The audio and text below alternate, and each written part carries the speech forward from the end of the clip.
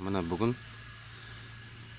30 желтоқсан 2016 жыл қақпанға крысаның інісі ұсталды. Шағын крыса. Бұл крыса мынандай бір қақпанға түспей жүрген көптен бері. Жеп кетіп. Бұл қандай ақылды крыса деп ойлағам. Ақырында ойландым, кішілеу крыса болуы мүмкін.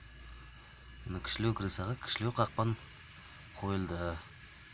Мына сондықтан осы қақпанға крыса ұсталды. Мынау бір қақпанды айналасындағы еттің бәрін жеп кеткен.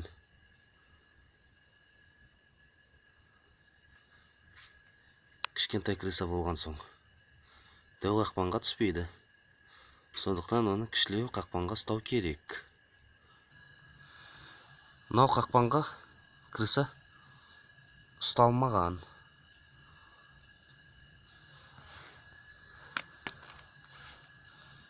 Бірақ бұл қақпанның айналасында мынандай тістері болғандықтан, өткір тістері болғандықтан, крысаның денесіне жарақат түсірген.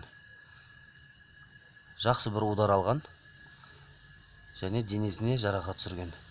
Сондықтан крыса мына қақпанның айналасынан шыға алмай, аузынан қан ағып, басынан ба удар алып, крыса сол сәтте көзін жұмған, есінен танып. Мына көріп алыңдар. Қақпаннан ажыраған, бірақ қақпанның айналасынан шығып үлгере алмаған. Қақпаннан шығам деген, бірақ шығам дегенше жан тапсырған.